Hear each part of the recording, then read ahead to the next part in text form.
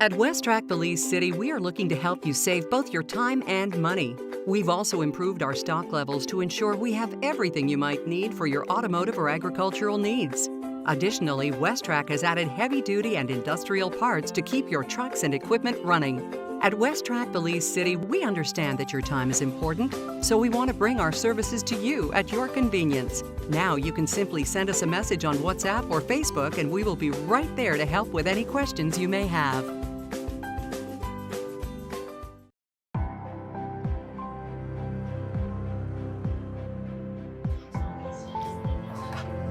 I wear my mask to protect my fellow Belizeans. I wear my mask to protect the elders. I wear my mask to protect my babies. I wear my mask so we can get back to school. A mask to protect nurses and doctors.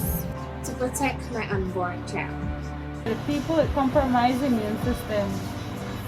Ni usarish at pagkukretik at alikpip ut heb hin common. One Korea, we are very happy. One against. 大家的安全，我们应该都戴口罩。 मैं अपना mask मेरे काम पे और हर जगह जिधर मैं जाती हूँ मैं पहनती हूँ अपने, दूसरों और अपने परिवार की रक्षा के लिए. Porque me cuido y cuido a los demás, también uso la máscara cuando hago ejercicio.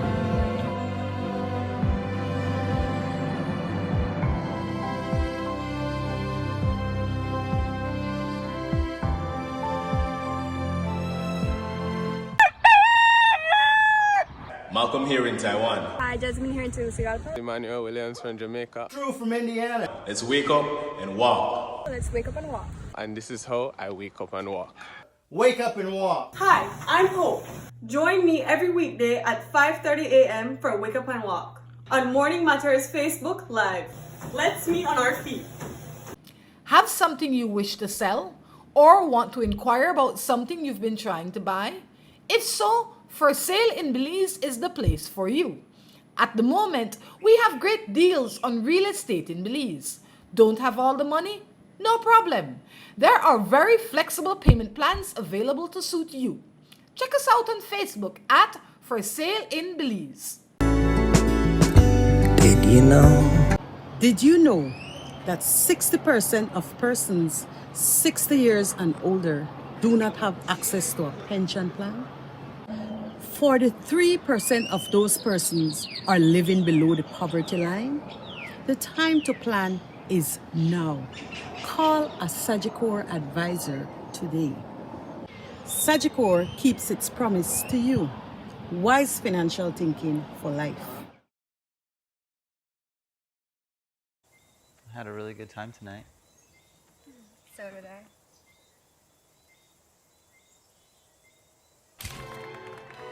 Life moves fast. Be prepared with Sagicor. Learn more at sagicorlife.com. Good morning, Rhonda. Good morning, viewers. How are you? I am just fine. You know, I can't remember the last time I saw you in real life, as we would call it. You know, but this is the way we see everybody now. So first, let me say thank you for taking the time this morning to come and sit with us and share. We fully appreciate it. Definitely. It's my pleasure. My pleasure indeed. For the people that don't know who Niall Gillett is, I would like for you to share a little bit about where you're from. Well, let me see. Who's Niall Gillett? Niall Gillett is originally from the beautiful village of Boom in the Belize district. I grew up there for a good amount of my life. Parents moved away. I lived in various states in the US, Los Angeles, New York, Texas, Arizona, knocked about the place for a while. My background used to be IT security. And one day I took a project, or I finished a project in San Francisco with a big company, IBM. And when that project was over, I came back to my house in Belize, where my family is now living. And I said, you know, I want to do something different.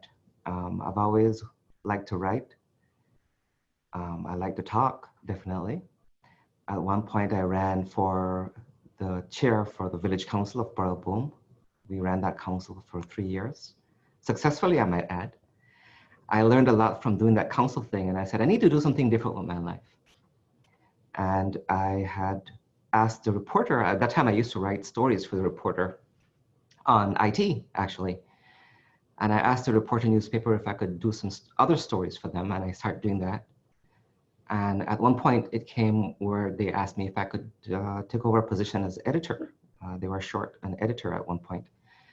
And I started doing that, and I learned quite a bit about the media. I had a chance to meet all, at the time, the good media personalities, yourself included, which I've already known you for a long time, but in that particular capacity. But I learned a lot about the media, how the media worked. And I continued from there, and I said, well, I want to do something even more challenging. And I had this little idea about doing public relations. So I started a public relations company. And this goes way back. At one time, I used to work for the city of Scottsdale in Arizona. And in walked in one day, this guy with cowboy boots, jeans, and a cowboy hat. And I said, who are you? And he says, I am the PR rep for the city of Scottsdale. And I was blown away. You usually see, you know, when you talk about public relations, there's guys in suits and ties, and they're very stuffy. But this guy was as cowboy as you can get. And he was excellent. I mean, he did things for the city that, I mean, I didn't even think possible. And I asked him one day, and where did you learn to do this? And he says, I just got up one day and I said, I'm going to be a PR guy. So he read some books, he said, and he was good at it. He was naturally good at it. He had a way with words. He had a way with people. He had a way with relationships, and he was very, very good at what he did. And so I remember that way back when, and I said, if he could do it, why can't I? I've never had any particular formal public relations training, but I felt that from what I learned from the media and from what I've learned in dealing with other situations, that I surely I could be good at it. And so I tried it, and I tried it, and I tried it, and I'm still trying it to this day. Taking a lot of notes. I think I've helped a lot of people. I think I've had some really good results from a lot of the things that we've done. We particularly specialize in crisis management. So I should have a head full of gray hair by now, but thankfully I don't. But that's pretty much me. It's interesting that you say that, Niall, that you go from such a area of science, if you will, the IT guy. Everything is about science. If this happens, then you do this, then you do that kind of stuff. And then you start to deal in something that there is very little science. It's people, you know, and there is no book that will fully allow you to understand why people behave the way they do. And then you try to steer them in the right direction. It's like taking a tame horse and then say, no, this is too easy. I'm going to deal with only wild horses. Why? Well, yeah, actually, that's true. I think, and maybe that's part of it. Maybe part of it is exactly that, the challenge. We're here one day, like I said, and we're looking at things, and people give you these opportunities. Hey, can you talk to this one? Hey, can you teach us this? Hey, can you help us to handle this particular situation? And you learn as you go. But it helps because with computers, things are changing every day. But people are always the same.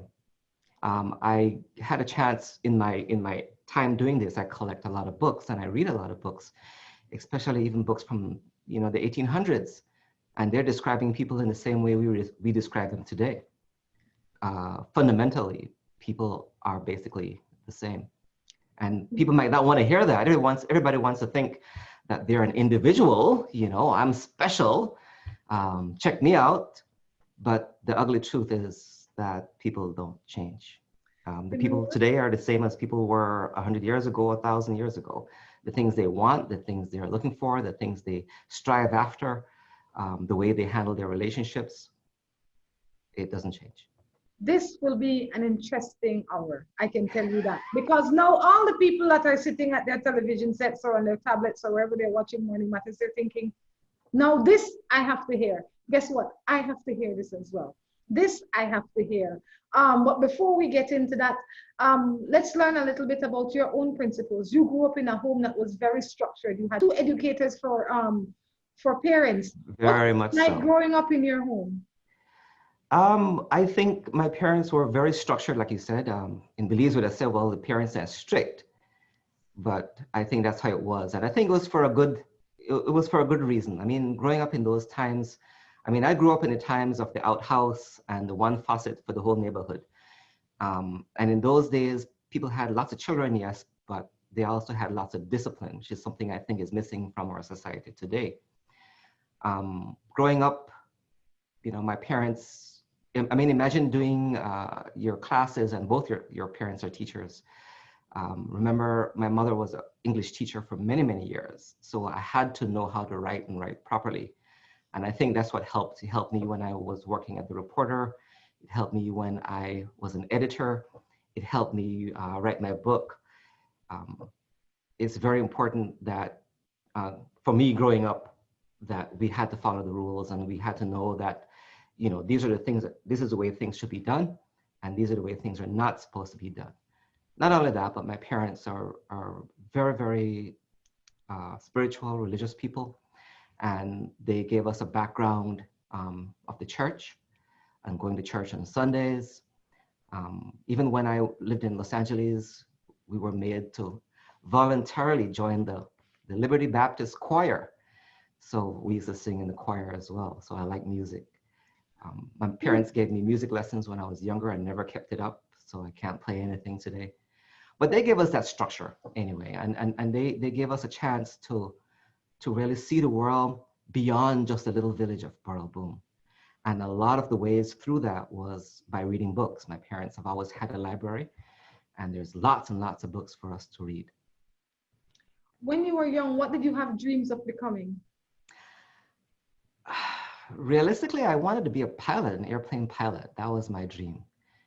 And yeah, I actually even started it at one point, but unfortunately by then I was already married.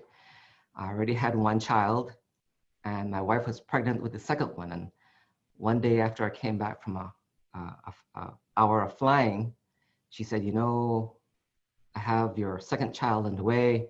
That flying thing looks pretty dangerous. You know, what would happen if something happened to you?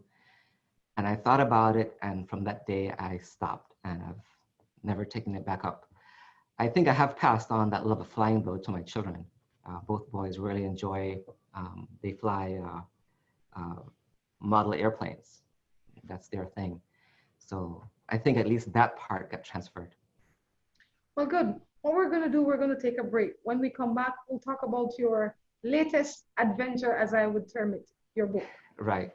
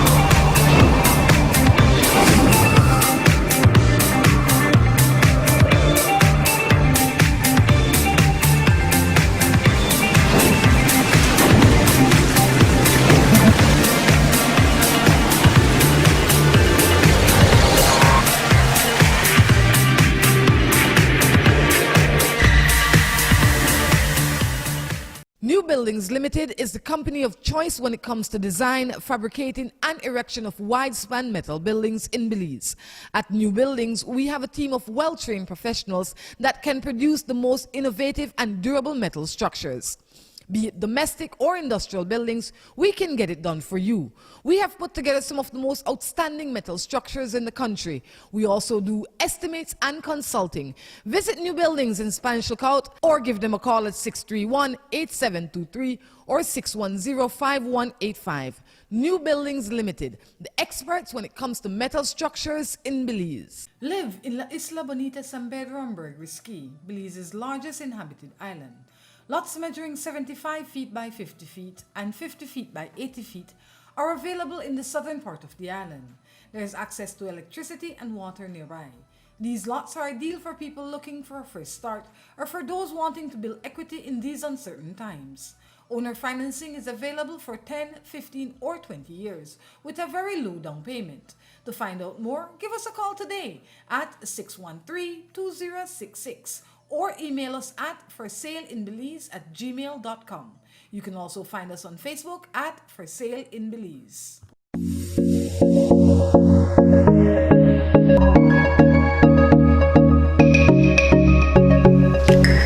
Here at Coop Sheet Metal, we believe our job is very essential in serving our customers.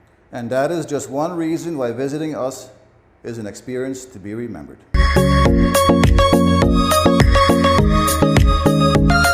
Here at Coop Sheet Metal, we have a reliable fleet of trucks. We specialize in countrywide delivery of all our material.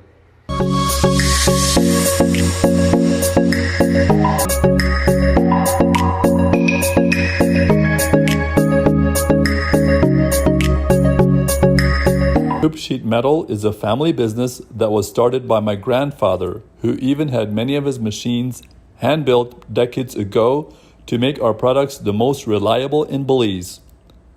Come visit us at our new facility on Iguana Creek Road, just past the Belize River leading to Spanish Lookout. I chose Gillett because of its strong reputation, great scholarships. I came because I can take all my classes online. Because Gillett University opens doors to the outside world. Their course offering in tourism. It gives you more opportunity to become who I want to be. If you want to connect with your inner champion to make the world a better place, then Gillett is right for you.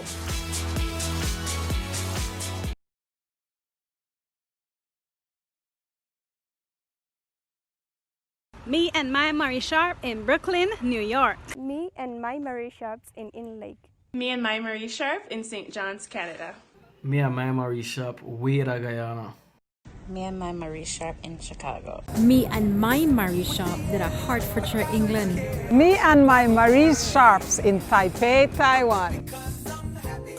Marie Sharp, world-class products produced in Belize. I choose Happy Cow cheese because of its perfect portion sizes and I can travel with it. Because it's nice and soft and creamy and it goes smooth on your bread. I choose Happy Cow cheese because I eat it with my beans. I eat it with my fried jack. And you know why? Because it's nice. Most of all, when you're on the plane, you know they only give you some crackers and you could just take one out and enjoy it with Happy Cow cheese. I'm Miss Baker and I choose Happy Cow cheese because it goes well with all the stuff I bake. Happy Cow cheese. Look for it in a store near you. Distributed in Belize exclusively by Emilio Ahmad and Sons Limited. P-Tech has been in Belize now for more than 6 years. We specialize in residential and industrial high-quality glass windows and doors. I chose P-Tech windows because they're the highest quality I can get. I chose P-Tech windows because I'm quite impressed about the way they're manufactured. These are double pane glasses. They're called low E. That keeps out a lot of the heat. Check us out at p-tek.com or give us a call at 671-3842. Hey girl, how you doing? With all that's going on, I needed something to add some color to my day and Sawyer Paints did it for me. With their wide variety and low prices, I've been able to beautify my space both inside and out. Oh wow, do you know if they have paints for metal? They have paints for everything. They can also mix any color you want. You can visit them at number 12 Douglas Jones Street in Belize City, or if you wish, you can WhatsApp them at 673-3400 to place your order. They can arrange delivery for you wherever you are in the country. Sawyer Paints, exceptional quality at an affordable price. Welcome back to Morning Matters. Mr. Niall Gillett in with us this morning. Niall, good morning and welcome back. Good morning, everyone. Glad to be here. Niall, what is it that you do now full-time? Well, full-time, I have a company called Gillett and Associates. It's here in Houston. In Belize, I used to have a company called Gillett and Associates Limited. And our company specializes in crisis management, but we also do a lot of work in things like establishing better relationships, and we do a lot of training, in particularly in how to make people achieve what their life's goals are supposed to be. So, why is it important for you to assist people to become the best version of themselves? Well, there's no better feeling. I still do some IT work. Yes, you could never get away from full the security work. But what made me really dive into it is the first time I actually helped an organization to achieve one of its goals. And this was a particular organization in Belize who was, I don't know if you could say falsely, but they were accused of negligence in the cause of the deaths of some children, some babies. And I was able to assist in that. And I think before that, I was like, yeah, this is okay. But when I did that, it really helped me to see the benefit of repairing a relationship between an organization and its clients, in particular the parents of those children. Many times we see that attorneys or lawyers get involved and the relationships are just destroyed. I volunteered for the mediation program in Belize. So I was a Supreme Court mediator for a number of years.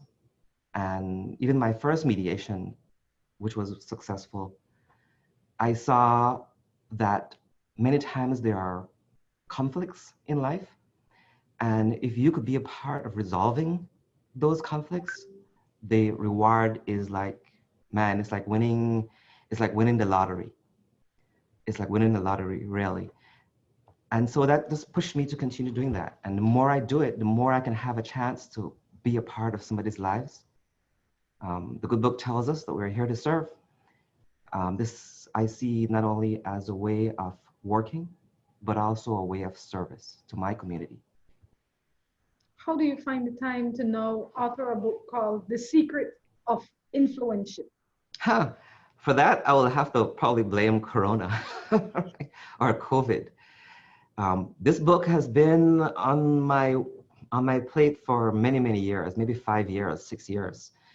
And in my going through all these different situations that I go through with clients, I make a lot of notes. And I noticed that a particular theme was starting to come out of those notes. And I said, you know what, this is pretty interesting. I need to write this down. I need to write this in the book. And it was a lot harder to do than I expected. There was lots of information. And these days I noticed that the attention span for long books is not really there. So I wanted to make something that was easy to read, easy to digest. I remember one of the first books that I read off my mom's bookshelf when I graduated high school was a book called Skill with People. And the entire book is about 29, 30 pages, very thin. And that book changed my life. When I read it, I was like, wow. I mean, on each page was about, 10, 20 words. So it showed me that a book didn't have to be long to be influential, as long as it was on target.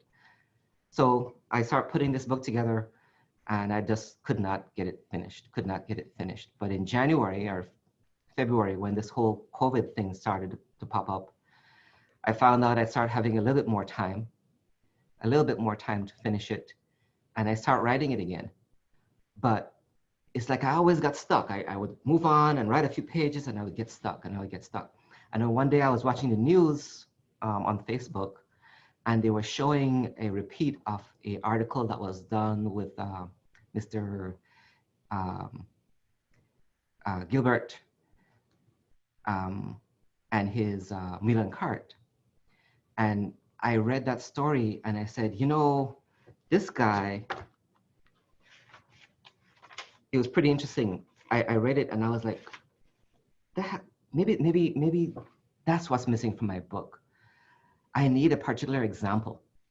And Mr. Ramsey, as he was called fondly on the Milan cart, and his mule Charlie, the more I read about his story, the more I said, you know, this is something missing from our communities today.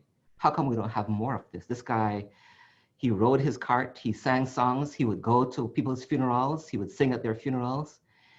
At the funeral, we found out that he raised several children that were not his own.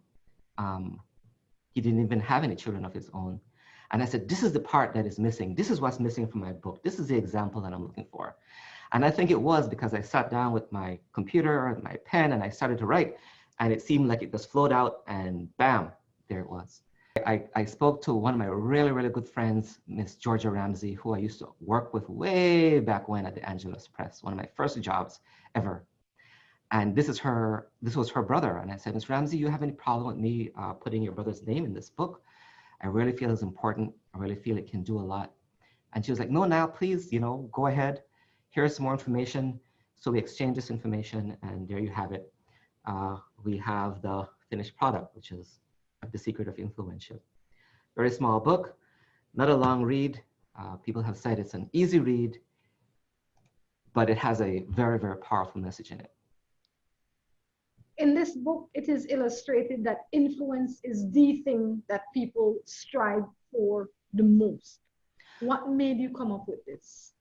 Well, again, as I said, as I've looked at people and I've talked to people that have dealt with these particular situations, especially in times of crisis, because I found that in times of crisis, you get to see people as they really are. Whether it's a financial crisis or something is popping up in the news or their name is being broadcasted in the wrong way, or they're being misquoted or something is happening in their lives, we get to see who people really are at heart. And I made a thesis and I said, you know, this is what people really, really want. People in life want to be influential. They want influence. This is the world's most desired thing. So, as an example of that, if you look at a husband and a wife, they all want to build, we have sometimes conflicting influences, but they want to be influential over that. Sometimes the husband wants to tell the wife what to do, and sometimes the wife wants to tell the husband what to do. We see it at work, where sometimes we have our boss who might come and, oh yes, they enjoy the influence that they have, and they use it though in the wrong way to order people around. We see it in politics, definitely, because sometimes that's the only reason people run for a political position. Some people don't do it for the money. Some people do it just because they're in a position of influence that maybe they can make more money, or they can tell people how to live their lives. So as I see this influence thing popping up all the time, I'm like, okay, this is pretty interesting. I don't think we have to look very far other than Facebook. A lot of people spend a lot of time on Facebook trying to be influential. They want to have followers, they want to have likes. A singer says, you know, I do it for the love, I don't do it for the likes. But that's rarely true. Most people just do it for the likes. How did you form the relationship between influence and service? Well, as I started to look at influence, I'm like, okay, so how do people get it? And that's where I came up with the first examples. One of the best ways of getting influence is to be popular. Popularity is one of the key ways, and there's different methods of popularity, but everybody wants to be popular because it gives you usually instant influence. We want to be the latest movie star on TV. We want to, like I said, we want to be the Facebook star.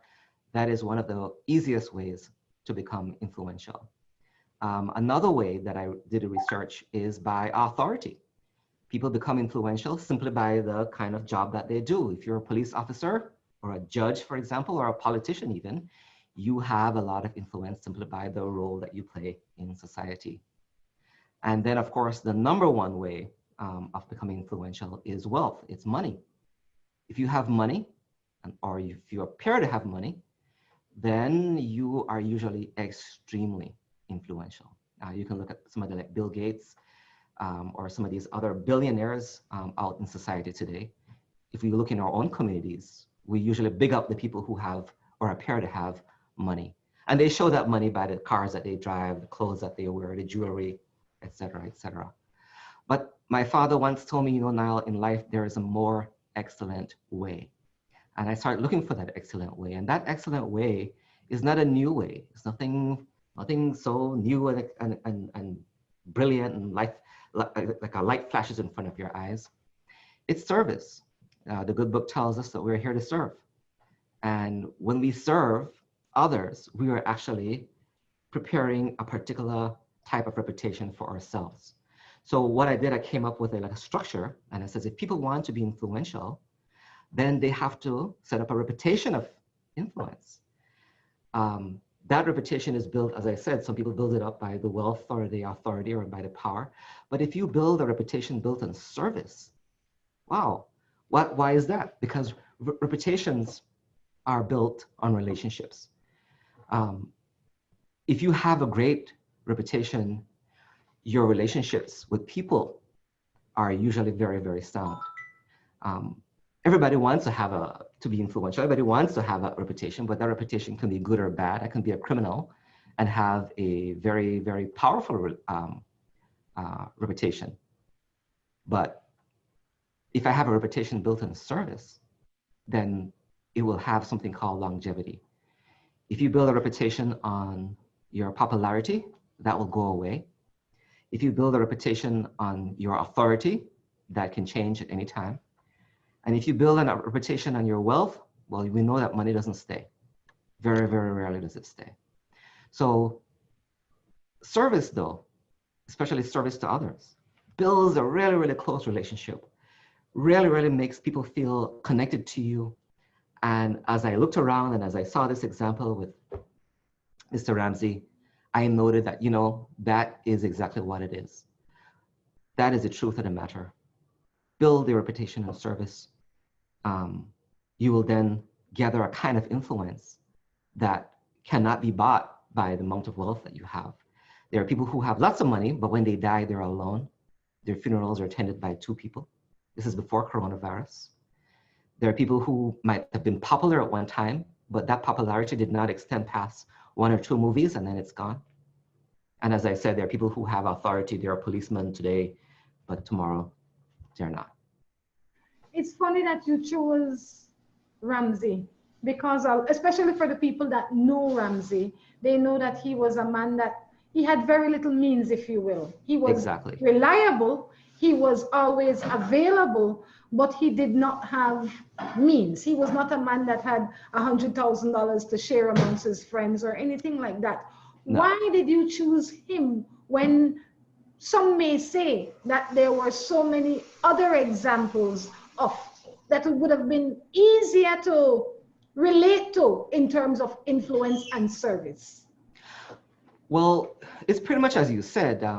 I was looking for that example. And of course, you always look in the family first. I looked at my father, I looked at my grandparents, I looked at my mother, and I was like, you know, they're great examples of service, but everybody might not know them. And I wrote the book that, especially for the Caribbean market, that people who know about a mule and cart, people who know about a driver that does this, they know that that person may not be popular, that person might not have any authority whatsoever, and that person certainly would not be wealthy. The key of all this is that we are all able to serve.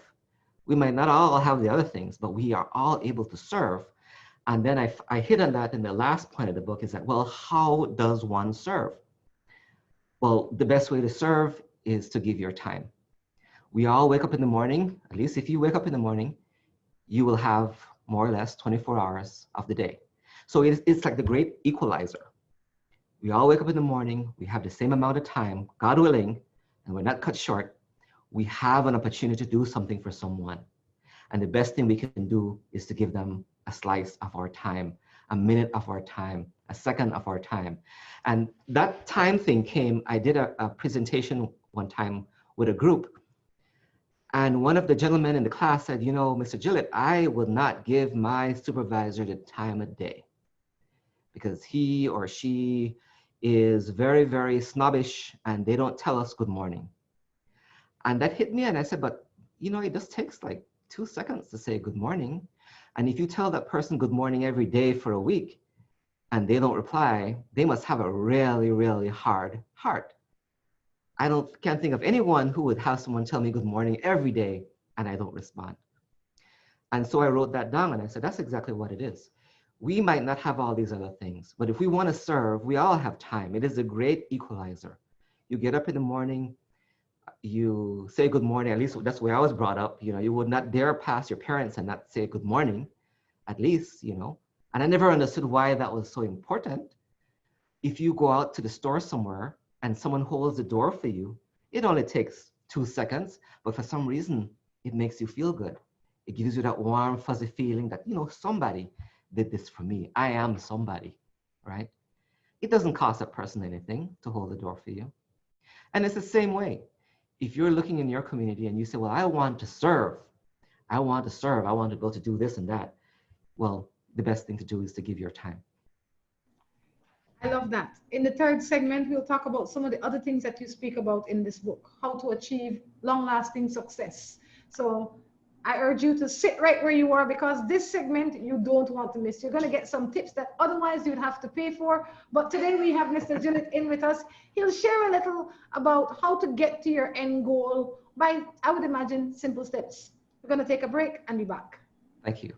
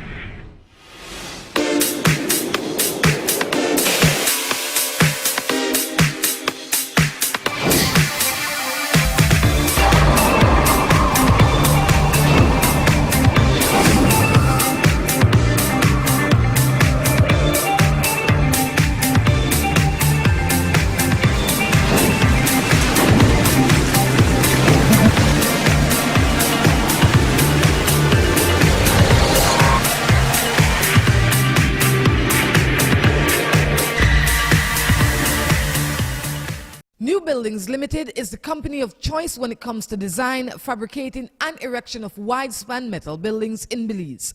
At New Buildings, we have a team of well-trained professionals that can produce the most innovative and durable metal structures. Be it domestic or industrial buildings, we can get it done for you. We have put together some of the most outstanding metal structures in the country. We also do estimates and consulting. Visit New Buildings in Spanish Lookout or give them a call at 631-8723 or 610-5185. New Buildings Limited, the experts when it comes to metal structures in Belize.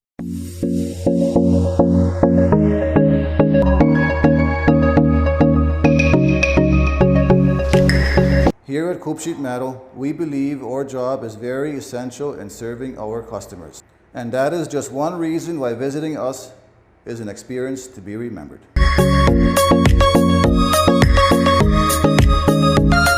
Here at Cope Sheet Metal, we have a reliable fleet of trucks. We specialize in countrywide delivery of all our material.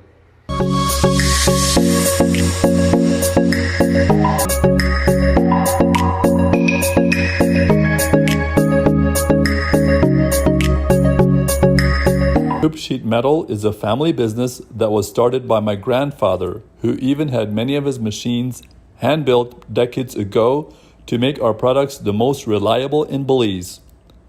Come visit us at our new facility on Iguana Creek Road, just past the Belize River leading to Spanish Lookout. I chose Gillett because of its strong reputation, great scholarships. I came because I can take all my classes online. Because Gillett University opens doors to the outside world, their course offering in tourism. It gives you more opportunity to become who I want to be. If you want to connect with your inner champion to make the world a better place, then Gillett is right for you.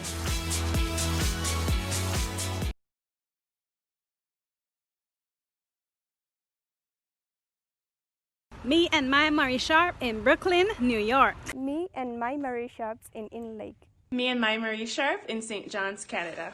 Me and my Marie Sharp, Weda, Guyana. Me and my Marie Sharp in Chicago. Me and my Marie Shop that are Hertfordshire, England. Me and my Marie Sharps in Taipei, Taiwan. Marie Sharp, world-class products produced in Belize. I choose Happy Cow cheese because of its perfect portion sizes, and I can travel with it. Because it's nice and soft and creamy, and it goes smooth on your bread. I choose Happy Cow cheese because I eat it with my beans. I eat it with my fried jack. And you know why?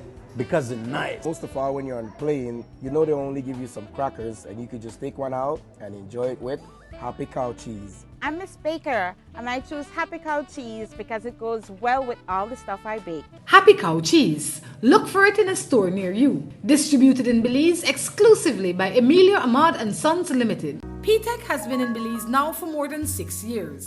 We specialize in residential and industrial high-quality glass windows and doors. I chose P-Tech windows because they're the highest quality I can get. I chose P-Tech windows because I'm quite impressed about the way they're manufactured. These are double pane glasses. They're called low E. That keeps out a lot of the heat. Check us out at p-tek.com or give us a call at 671-3842. Hey girl, how you doing? With all that's going on, I needed something to add some color to my day, and Sawyer Paints did it for me. With their wide variety and low prices, I've been able to beautify my space both inside and out. Oh wow, do you know if they have paints for metal? They have paints for everything. They can also mix any color you want.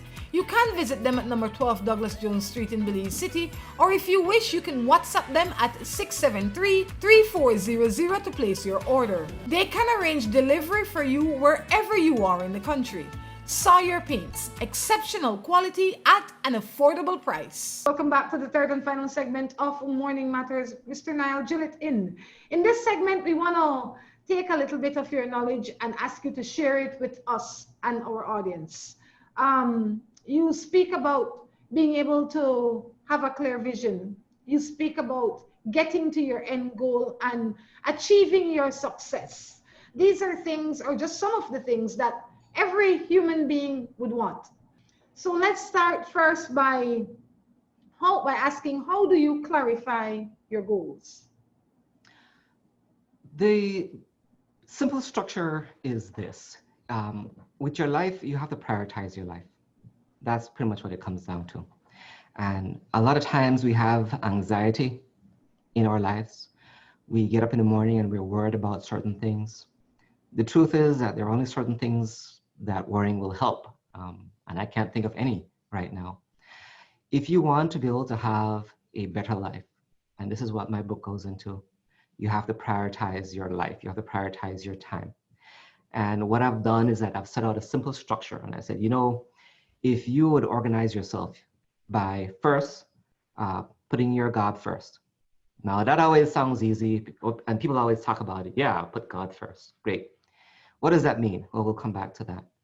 The next thing is you have to clarify your relationships with people. So if you start with the closest to you, and if you're married, you have a spouse, so you put your spouse as your priority.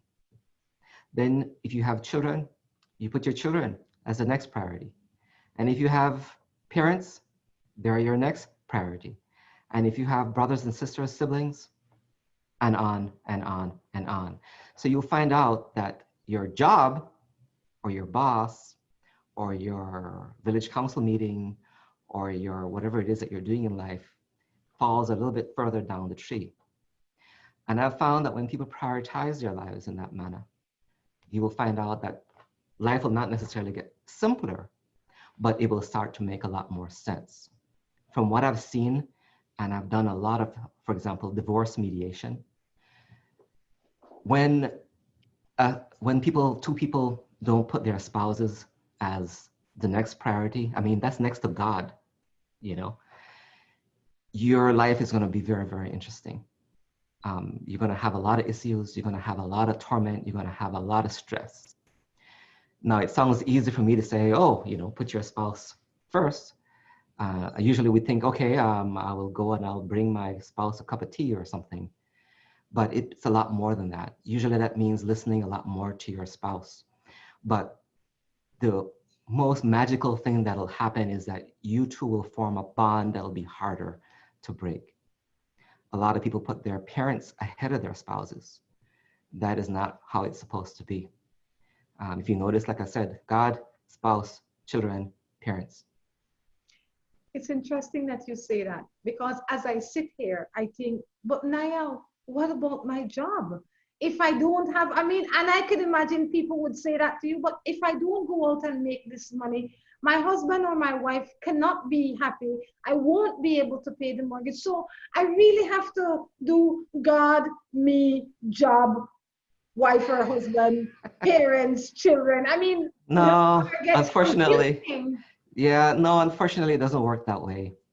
If you pick yourself a wife, you pick yourself a husband, they are the priority. It doesn't mean that you stay home all day with your spouse and not go to work, of course, right?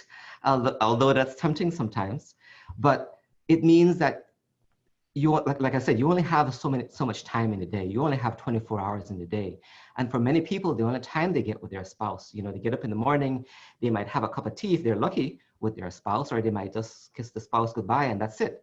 So we spend an inordinate amount of time already away from our spouses. So we have, how long are we staying at the job? 8 hours, some people 10 hours. I used to work 18-hour days. And, you know, when I get home in the evening or at night or at 2 o'clock in the morning, you know, there's not much spouse time there. So it doesn't mean that you have to say, well, I have to make sure that I give the spouse 8 hours as well. It just means that the time you spend with your spouse is of value. So if the only time you have in the morning with your spouse is to drink a cup of tea, then make sure that that is your time with your spouse. Make sure that is your 5 minutes that you get, right? And that 5 minute has a lot of value to it. It doesn't mean though that you don't go to work at all. You have to go to work. You talk about overcoming obstacles and challenges. First, how do you identify them? Because I think a lot of the obstacles and challenges goes unidentified, and that by itself is a problem. Well, that is true. One of the things that I would recommend for people, and I've told this to several people already, as far as if you get up in the morning and you have anxiety, and I've been there, I've had anxiety. And I think with these days with COVID, everyone has some form of anxiety. What I've found is that usually when that occurs is because there are too many things that your brain is trying to process at a time. Your brain is built to handle one thing at a time. It's not a computer, and not even a computer handles multiple things. A computer still only does one thing at a time, except it does it very fast. So what I've recommended to some people in certain situations is that if you get up and you feel overwhelmed, if you feel that, man, I can't take another day of this, something that can help is that if you can get yourself a big sheet of paper, or for me, I have a whiteboard. I like a whiteboard. And you dump everything that you have in your brain on that sheet of paper, every single thing. No matter how trivial it is, you can write down and say, okay, man, a big BL bill coming up, and I have the children's show coming up, and the car blow the battery or whatever it is.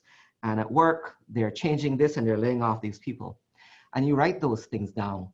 And don't stop until you've written every single thing that you can think of out of your head. And you'd be surprised how much stuff you're carrying around in your brain. And after you've written all these things out, take an objective look at them and try to see if you can organize them. Usually I just do 3 things: work, school, home. And home is always the priority, because I'm telling you, work will come and go, school will come and go, but you have to protect your home. Again, like I said, it's priorities. So you will take all these things and you start to prioritize them, but you have to prioritize them in the order that I mentioned: God, spouse, children, parents, etc., etc., etc. The bills are always going to be there. They come every month. The work stress is always going to be there. But I'm telling you, if you get let go today, there's hardly a chance that anyone will remember you tomorrow at your job. So you have to prioritize your life. And once you can do that, once you can dump all these things out and start to prioritize them in the manner that I've mentioned, you will actually, and the people who have done this that have recommended it say they have felt serious relief. The problems don't go away. All you've done is identify those problems and prioritize them. Good. How do we improve our leadership skills or qualities? Well, one of the first things is to understand what a leader is. If you're saying, I want to be a leader, because everyone wants to be a leader, but this goes along the lines of servant leadership. A leader serves. And we can see over and over where we, in particular in politics, we elect leaders who do not serve. We elect leaders, or we put people in positions at work who are not servants. They're there because they want to be the leader. A true leader serves. They find the time out to help their clients. They find the time out to help their fellow employees and the other people that they work with. A true leader doesn't go in and say, I want it this way. A true leader says, how can we make this better, faster? How can we work together? A true leader looks at relationships that they have with other people. Unfortunately, true leaders are hard to find. True. That's been my experience. A lot of people are leaders in titles only. They are not true leaders. I can remember throughout my entire short life so far that, I can remember this guy that used to be my boss way back when. And he was incredible, and he did this and he did that, and everything that he did was to help me, was to help the company, was to help the client. He was a servant. I can remember a woman who still follows me on Facebook to this day. She was my manager maybe 10, 12 years ago. She was a true leader. She was in a position of real power, but man, you would never know it because she was there every day looking to try to find out how to make things better for us. That is what a leader is. A leader serves. I like that, because you can be a leader on any level with that mentality. You can. I think it would enhance your leadership in your home. Just that concept alone would definitely make you a more loved person in your home if you were to serve there. They would listen more because you're kind.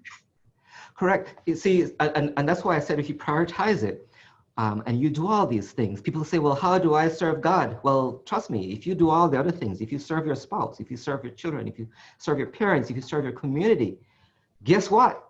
You're serving God. You're already serving God. You don't have to worry about it. It's already done, right?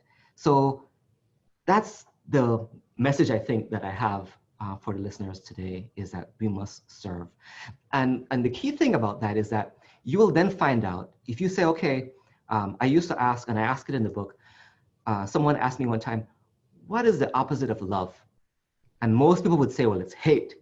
Well, that's not true, because love and hate are like brother and sister. They're almost on the same side of the spectrum. Very, very passionate, very, very emotional, very, very tight as far as a feeling. But the opposite of love is indifference. It's an opposite end of the spectrum. Indifference says, I don't care. Indifference sees an old lady fall down in the street and steps over it. That is indifference. So hate and love are actually very, very close together, but indifference is something totally different. So if you say, well, okay, I want to serve, I want to show people, I want to have a better relationship with people, what is the best way to show a relationship with someone else? The best way is to serve. And the best way to serve is to give your time. So if you're there and you're in a particular relationship and that person is not serving you, I'm not talking about like you're king and they're the slave, but that person doesn't show the time, they don't fix. I mean, love is an action. right? So a lot of people can say, I love you. But if they love you, they will show it. Love is action. If they love you, they might only have 5 minutes with you in the morning, but they will get up and make your tea. If they love you, right, they will do the things for you, even if they don't have any money, even if they don't have a car, even if they don't have a house, but they will show it by the time that they spend with you and the quality of that time. Time is precious. How do we achieve lasting success? Well, now there comes the secret of influenship. If you serve, that influence that you give will last a lifetime. You will pass away and people will remember you. It's not something that's fleeting. The reason why a lot of people don't like to serve is because the benefits are not as quickly returned. You might have to serve for years before someone can actually say, yeah, the person really did well. Yes, that person really is a benefit to their community. Yes, this is my husband. As I said, I do a lot of mediation. And when things get really bad in the end of for example, a divorce, you see that same word that you were talking about, which is indifference. And once you see indifference is there, there's usually no helping that particular relationship. So if you want to be successful in life, someone said the only success is to live forever. The only success. But we're not going to live forever, but if you want to get pretty close, if you want to be immortal, like some people, then you have to be able to establish this relationship of service. History always looks back and remembers those who have served. It doesn't really remember those who have been rich or those who have been powerful, but it remembers those who serve. And especially for me, and my example, I care more of whether my children look back at me after I've gone and say, my father served. That is how I look at my parents. I look at Lincoln and I look at Anne and I say, they served. And when they are gone, when they're passed away, I know that will stick with me forever. Well, excellent. Tell us how we can find this book, where and where. Well, right now, the book is available on Amazon.com. You can get it as an ebook or you can get it as a physical book. But I do send shipments to Belize. Another shipment just left on Sunday. So I think by next week, there should be another shipment in Belize. You can contact, you can just reach out to me and I can tell you where to get it. I know for a fact that there'll be some available in Belmopan. I know there'll be some available in Belize City. I'm trying to make it as available as possible to just about everyone who wants to get their hands on a copy. How much is it? The book is $14.99, that's US, or $9.99 if you buy it as an ebook. If you want a signed copy, then you'd have to contact me directly so I can put your name in it and send it out to you. So it might take a little longer. Well, excellent. What's next for Niall Gillett? Well, next I'm trying to get through this COVID-19 situation. We're building up some more programs on our business. We're trying to do a lot more training online, something we always wanted to do. But again, the situation has lit the fire, so to speak. There is also a part 2 of the book, Mastering Influence, which tells you a lot more detail of how to actually do these things. I actually split the book in half because I didn't feel that my children would read the whole thing if I had it as one. So I'll be working on the second half of the book probably next year. The Secret of Influenship. You must buy it. You absolutely must go out and buy it. Yes. Not for any other reason other than it's a secret and we must learn the secret. It's a great idea to gift it to somebody. People have a lot of time to read right now. And that is true. What better way to do it than to feed their minds and their spirit and their souls. And this is a great way to do it. Niall, I say thank you for the contribution to the world. Thank you for your service. Thank you very much. Thank you for your service and for having me on your show. Much appreciated. Again, I say thank you and have a lovely day.